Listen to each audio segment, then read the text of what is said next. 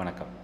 ஒரு 20-30 வருஷத்துக்கு முன்னாடி பார்த்திங்கன்னா, ஒரு சின்ன சம்பளத்தில் வேலைக்கு சேர்ந்து வீடு, லேண்டு, இன்வெஸ்ட்மெண்ட் இந்த மாதிரி நான் இன்வெஸ்ட்மெண்ட் வைஸும் சரி, ஒரு பேக்கப் கார்பஸை வந்து ஈஸியாக க்ரியேட் பண்ண முடிஞ்சது.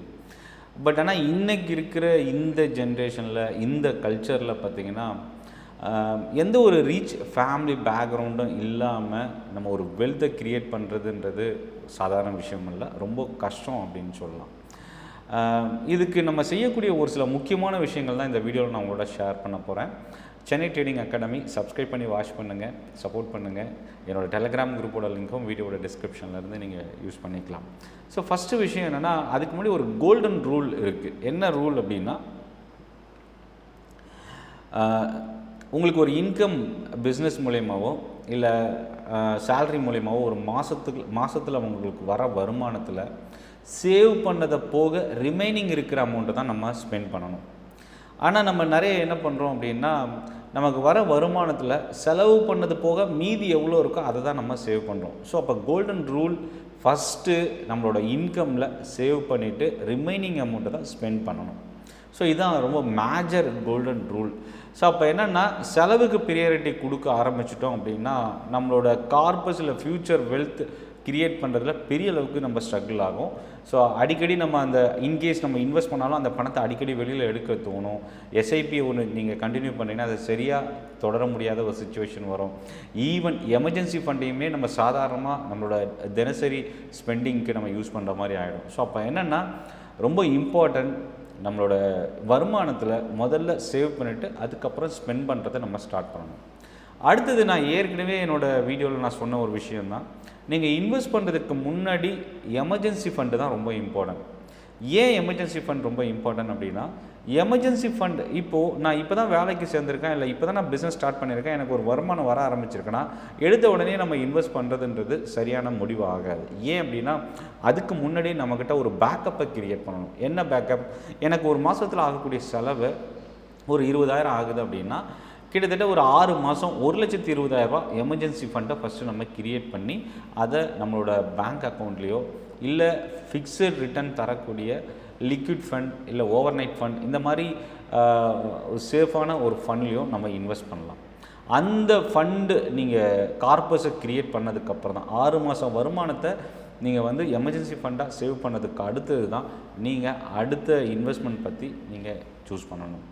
ரொம்ப முக்கியமான ஒரு விஷயம் என்ன அப்படின்னா, நம்மளோட சேல்ரி இன்க்ரீஸ் ஆகிறதுக்கும் நம்மளுடைய செலவும் சேர்ந்து இன்க்ரீஸ் ஆகுது. அதுக்கு முதல் ரீசன் என்ன? விலைவாசி.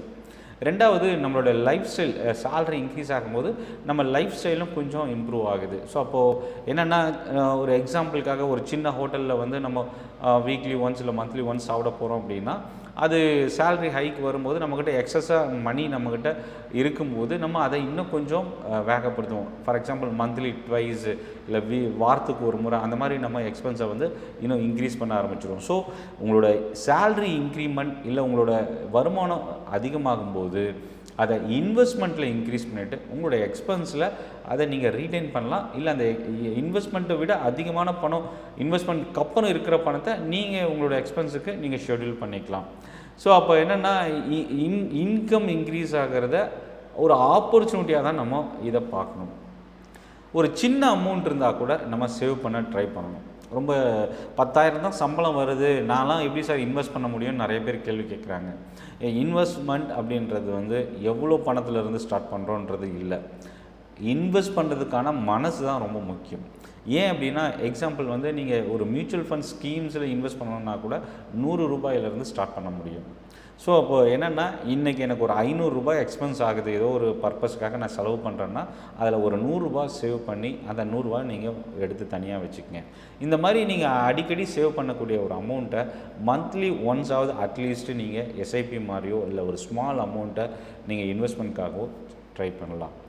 இதில் இன்னொரு விஷயம் என்னென்னா, மார்க்கெட்டில் இன்வெஸ்ட் பண்ண ஆரம்பிப்போம். எனக்கு மாதம் வர ஒரு இன்வெஸ்ட்மெண்ட்டில் இன்கம்லேருந்து ஒரு அமௌண்ட் எஸ்ஐபியாவோ இல்லை ஸ்டாக்லேயோ நான் கொஞ்சம் கொஞ்சமாக வாங்குறேன்னா, மார்க்கெட் ஃபால் ஆகும்போதோ இல்லை நமக்கு ஒரு திடீர்னு பணம் தேவைப்படும் போது அதை உடனே எடுத்துடுறோம். ஸோ நம்மளோட இன்வெஸ்ட்மெண்ட் அப்ஜெக்டிவ் மோர் தென் 10 இயர் 20 இயர்ஸ் இல்லை 30 இயர்ஸ் அப்படின்னா இப்போது அந்த மைண்ட் செட்டை இல்லை அந்த ப்ராசஸ் ஃப்ளோவை ஸ்டாப் பண்ணாதீங்க. ஸோ என்ன நெருக்கடியான சுச்சுவேஷன் வந்தாலும் நம்ம முதலீடுலேருந்து எந்த பணத்தையும் ஸ்டாப் பண்ணவும் கூடாது, அதுலேருந்து விட்ரா பண்ணவும் கூடாது. இதுதான் ஒரு கண்டினியூஸ் ஒரு கார்பஸ் இல்லை வெல்த்தை க்ரியேட் பண்ணுறதுக்கான ஃபஸ்ட்டு விஷயம். எவ்வளோ பேர் நம்ம லாங் டேர்ம் இன்வெஸ்ட்மெண்ட்டுன்னு சொல்லிட்டு கண்டினியூஸாக லாங் டேர்ம் ரீடைன் பண்ணியிருக்கிறோன்னு பார்த்தீங்கன்னா கிட்டத்தட்ட ஒரு ஒன்லி ஓவரால் இன்வெஸ்ட்மெண்ட்டில் 10 to 20% இன்வெஸ்டர்ஸ் மட்டுமே லாங் ரன்னுக்கு ரீடைன் பண்ணுறாங்க. பட் ரிமைனிங் இருக்கிற 70-80% இன்வெஸ்டர்ஸு நடுவில் அதை பிரேக் பண்ணிடுறாங்க, இல்லை எமர்ஜென்சியாக ஏதாவது அர்ஜென்ட் தேவைக்காக அந்த பணத்தை விட்ரா பண்ணிடுறாங்க. அதே மாதிரி ரொம்ப குயிக்காகவே நம்ம இன்வெஸ்ட்மெண்ட்டை ஸ்டார்ட் பண்ணணும். 20 வயசில் பண்ணும்போது அதுக்கான கார்பஸ் நம்ம லாங் டேர்ம் க்ரியேட் பண்ண முடியும். 30 வயசில் வரும்போது அதுக்கான கார்பஸை தான் நம்மளால் க்ரியேட் பண்ண முடியும். இதே நீங்கள் 50 வயசில் இன்வெஸ்ட்மெண்ட் பண்ணணும்னு ஸ்டார்ட் பண்ணும்போது பெரிய அளவுக்கு கார்பஸ் இல்லை வெல்த்தை நம்மளால் இம்மீடியட்டாக க்ரியேட் பண்ண முடியாது. ஸோ எவ்வளோ குயிக்காக நீங்கள் உங்களோட இன்வெஸ்ட்மெண்ட்டை ஸ்டார்ட் பண்ணுறீங்களோ அந்த அளவுக்கு உங்களோட வெல்த்து பெரிய அளவுக்கு இன்க்ரீஸ் ஆக சான்சஸ் இருக்குது. ஸோ இதில் இன்னொன்று சிஏஜிஆர் காம்பவுண்டிங் ரொம்ப இம்பார்ட்டன்ட். ஏன்னா அது லாங் டேர்மில் தான் பெரிய அளவுக்கு பெனிஃபிஷியலாக இருக்கும். 1 வருஷம் 2 வருஷம் இன்வெஸ்ட் பண்ணுறேன்னா ஈக்விட்டி மார்க்கெட்டில் இன்வெஸ்ட் பண்ணுறதை அவாய்ட் பண்ணுங்கள். அப் டு 3 இயர்ஸ் இல்லை 3 இயர்ஸுக்கு மேலே இன்வெஸ்ட் பண்ணும்போது மட்டுமே நீங்கள் ஈக்விட்டி மார்க்கெட்டை நீங்கள் சூஸ் பண்ணலாம். ஏன் அப்படின்னா ஈக்விட்டி மார்க்கெட் ரொம்ப வாலட்டிலிட்டி அதிகமாக இருக்கும். நீங்கள் 1 வருஷத்துக்குள்ளே எனக்கு ஒரு பணம் தேவைப்படும், என்னோட பையனுக்கான ஸ்கூல் ஃபீ நெக்ஸ்ட் இயர் தான் நான் பே பண்ணுற மாதிரி இருக்குது, அதனால் நான் ஈக்விட்டி மார்க்கெட்டில் நான் இன்வெஸ்ட் பண்ணுறேன் இல்லை ட்ரேட் பண்ணுறேன் அப்படின்றத நீங்கள் சூஸ் பண்ணாதீங்க. உங்கள் இன்வெஸ்ட்மெண்ட் லாங் டேர்ம் அப்படின்னா அதுக்கான பணத்தை தேர்வு செஞ்சு இன்வெஸ்ட் பண்ணுங்கள். அந்த பணத்தை எந்த காரணத்தை கொண்டும் உங்களோட டார்கெட்டை பிரேக் பண்ணி நீங்கள் அதை விட்ரா பண்ண வேண்டாம். ஸோ பேட் டெட் அவாய்ட் பண்ணணும். ரொம்ப முக்கியமானது என்னென்னா இஎம்ஐ லோன். அவசியம் இல்லாத தேவையில்லாத லோன்ஸை நம்ம அவாய்ட் பண்ணணும். கிரெடிட் கார்ட்ஸு, பர்சனல் லோன், அதே மாதிரி buy now pay later, consumer loans, இதெல்லாம் மேக்ஸிமம் நம்ம அவாய்ட் பண்ணுறது நல்லது. ஸோ நீங்கள் இன்வெஸ்ட் பண்ணுற ஒரு என்ன பர்பஸுக்கு வேணால் நீங்கள் இன்வெஸ்ட் பண்ணலாம். லாங் டேர்முக்கு மட்டும்தான் அப்படின்னு இல்லை. அடுத்த 2 வருஷத்தில் நான் ஒரு வீடு வாங்க போகிறேன் அப்படின்னா அந்த 2 இயர்ஸ்க்கான இன்வெஸ்ட்மெண்ட்டை நீங்கள் சூஸ் பண்ணலாம். அதே மாதிரி நான் ஒரு 6 மாதத்தில் நான் ஒரு வீட்டுக்கான ஹோம் அப்ளையன்சஸ் வாங்க போகிறேன், ஏர் கண்டிஷன் வாங்க போகிறேன், டெலிவிஷன் வாங்க போகிறேன், இல்லை ஃப்ரிட்ஜ் வாங்க போகிறேன்னா அதுக்கான இன்வெஸ்ட்மெண்ட்டை ஸ்டார்ட் பண்ணுங்கள். அதை விட்டுட்டு இன்றைக்கி நம்ம ஒரு 5000 கட்டிட்டு லோனில் பர்ச்சேஸ் பண்ணிவிட்டு அது இன்ட்ரெஸ்ட்டோடு திருப்பி ரீபே பண்ணுறது கண்டிப்பாக அது ஒரு சரியான இல்லை ஒரு லாங் டேர்ம் வெல்த்தை நீங்கள் க்ரியேட் பண்ணுறதுக்கு இது ஸ்ட்ரகிள் க்ரியேட் பண்ணும் அப்படின்னு சொல்லலாம். ரொம்ப பொறுமையாக இருக்கிறதுலேயே ஒரு பெரிய இன்வெஸ்ட்மெண்ட். ஏன்னா இன்வெஸ்ட்மெண்ட்டில் பணம் எந்த அளவுக்கு ரொம்ப முக்கியமோ அதே அளவுக்கு டைம் அண்ட் பேஷன்ஸ் ரொம்ப இம்பார்ட்டன்ட். ஒரு இன்வெஸ்ட்மெண்ட் அதிகமாக வெல்த்தை க்ரியேட் பண்ணுது அப்படின்னா அது அந்த டைம் டூரேஷன் தான். ஸோ டைம் ரொம்ப இம்பார்ட்டன்ட். அதே அளவுக்கு பேஷன்ஸ் ரொம்ப முக்கியம். ஸோ நான் 10 வருஷத்துக்கு இன்வெஸ்ட் பண்ண போகிறேன்னு சொல்லிட்டு திடீர்னு ஒரு 6 மாதத்தில் மைண்டு மாறி சடனாக அந்த இன்வெஸ்ட்மெண்ட்டை விட்ரா பண்ணிவிட்டு உடனே 1 மாதத்தில் மறுபடியும் நம்ம அதை போட்டுடலாம் அப்படின்னு நம்ம ஒரு திங்க் பண்ணுவோம். அது ரொம்ப ஸ்மார்ட்டாக. பட் அந்த மாதிரி இன்வெஸ்ட்மெண்ட் உங்களால் லாங் ரன்னுக்கு எடுத்துகிட்டு போக முடியாது.